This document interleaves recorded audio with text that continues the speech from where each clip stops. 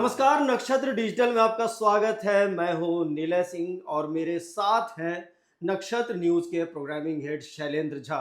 तो आइए शुरू करते हैं रिपोर्टर्स टॉक, जो कि इस बार हम चर्चा करेंगे ईरान और इजराइल युद्ध की, भारत पर पड़ने वाले उसके असर की, और जो सबसे चर्चित मुद्दा है आज का वो है स्ट्रेट ऑफ हॉर्मुज। तो शुरू करते हैं रिपोर्टर्स टॉक।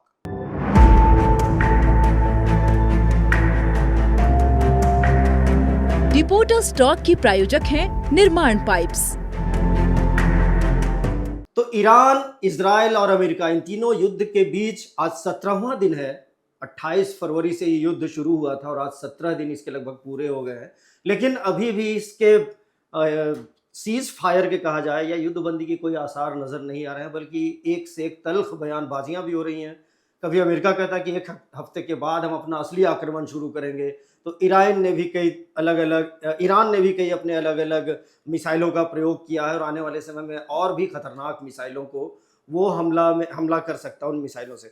चलिए हम बातचीत शुरू करते हैं, क्योंकि आज सबसे बड़ी राहत की बात है भारत के लिए कि दो शिप जो हैं, राजनंदी और शिवालिक, ये दोनों जो हैं वो वापस आ रहे हैं। और एक तो आ चुका है शैलेंद्र जी, और दूसरा आने वाला है। तो एक शिवालिक पहुंच गया है। भारतीयों के लिए एक राहत की बात है कि जो एलपीजी गैस की जो बात आ रही है कि ये माना जा रहा था कि चूल्हे बंद हो जाएंगे, घरों में खाना नहीं बनेगा और लोग कोयले में या फिर अन्य जो वैकल्पिक साधन है उसका प्रयोग करना पड़ेगा, लेकिन अब लगभग ये राहत की बात है। शैलेंद्र जी, क्या लगता है आपको 17वां दिन और आज जिस तरीके से शिप भी आ गए हैं, एक बहुत बड़ी सफलता भारत के लिए राहत है। और जैसे जो शिवालिक है वो पहुंच चुका है भारत में, गुजरात के तट पर पहुंच गया है। उसमें करीब जितना गैस है वो 32.5 लाख गैस सिलेंडर भरने के लायक है। और दोनों मिला के 56.5। और हाँ, फिर अभी इसके बाद अभी कुछ ही मतलब आज ही है, शाम तक पहुंच जाएगा। दूसरा भी वो है नंदा देवी, और एक तीसरा राजनंदी, मैंने बोल दिया था नंदा देवी, माफ कीजिएगा। और एक जग लाड़की नाम का एक जहाज है, वो भी, उसको भी परमिशन मिली है, वो भी निकल चुका है वहाँ से, वो भी सुरक्षित निकल रहा है। तो ये मेरे हिसाब से अब गैस की समस्या की तो कोई अभी दिक्कत नहीं होनी चाहिए अब भारत को। और ये जहाँ तक इस युद्ध की बात है, समस्या ये थी कि भारत का 90% जो गैस आता है वो यूएई और उसी खाड़ी से आता है, फारस की खाड़ी से, जहाँ पे हॉर्मुज स्ट्रेट है।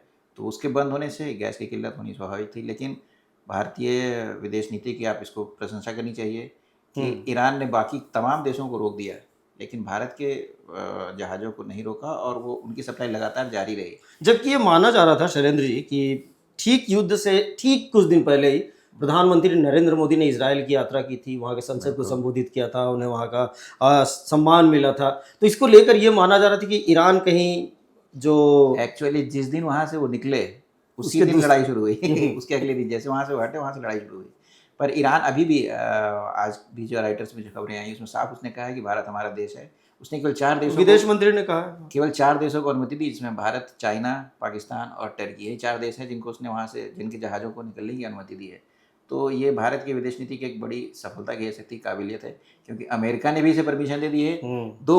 भारत में 2 चीज़ों की दिक्कत थी, एक पेट्रोलियम जो जिससे डीजल और पेट्रोल चलता है, और दूसरा एलपीजी या जो सीएनजी है वो। तो सीएनजी वाली चीज़ें जो कतर वतर से आती थी उसके लिए इनका रास्ता खुल ही गया है। पेट्रोल के लिए भी अमेरिका ने अनुमति दी है कि आप रशिया से जितना चाहे उतना खरीद सकते हैं। तो कुल मिला के भारत में तेल और उसके पेट्रोलियम पदार्थों की किल्लत होने की कोई संभावना अभी नहीं है फिलहाल। और अगर लंबा खिंचता है तो वो बात अलग बात है, लेकिन भारत पे इसका बहुत ज़्यादा असर नहीं पड़ने वाला दिख रहा है अभी फिलहाल, क्योंकि रशिया का काफ़ी सारा टैंकर जो बाहर हैं वो इंडिया को, अब जब तक युद्ध खत्म नहीं होगा तब तक वो सप्लाई इनकी जारी रहेगी। तो तेल की कमी होनी नहीं है, और गैस के लिए ईरान ने इनको परमिशन दे दी है।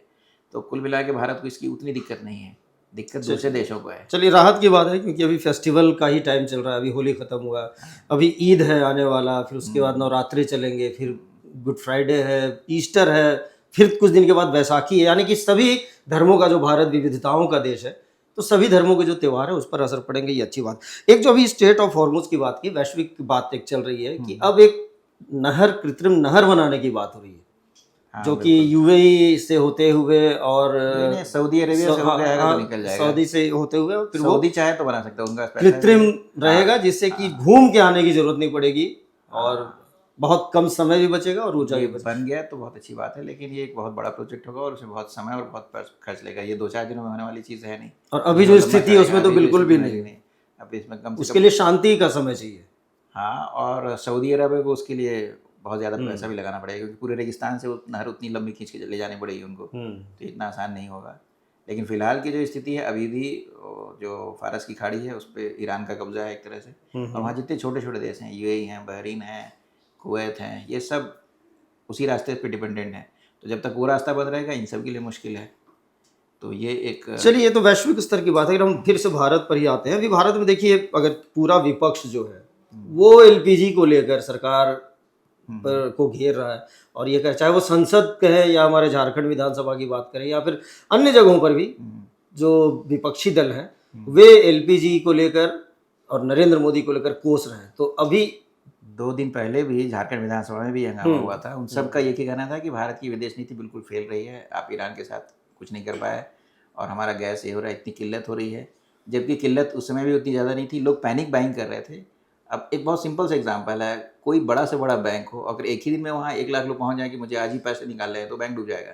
कोई बैंक नहीं बच सकता है। वही हाल यहाँ भी था, जिसके पास गैस सिलेंडर है वो भी लाइन लगा रहे थे, जिसके पास नहीं है वो भी लगा रहे थे, जिसके पास घर में स्टॉक अच्छा खासा है। इसकी वजह से पूरा सर्वर कैश हो गया। लोग डर गए कि मान लीजिए 15 दिन के बाद नहीं मिला तब क्या होगा।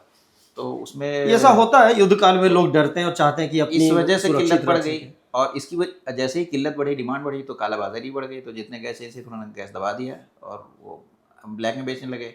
तो ये दिक्कत हुई। प्लस रेस्टोरेंट वालों को जो उन्होंने एलपीजी का बुकिंग बंद कर दी थी, जो कमर्शियल सिलेंडर थे, तो उसकी वजह से भी थोड़ी वो लोग भी ये वाले घरेलू वाले का खरीद के अपना काम चलाने की कोशिश करने लगे। तो इस वजह से थोड़ी सी क्राइसिस वाली स्थिति है। लेकिन अभी की जो स्थिति है, 2 दिन पहले तक जो हंगामा चल रहा था, अब अगले दिन और थोड़ा सा कम हो गया।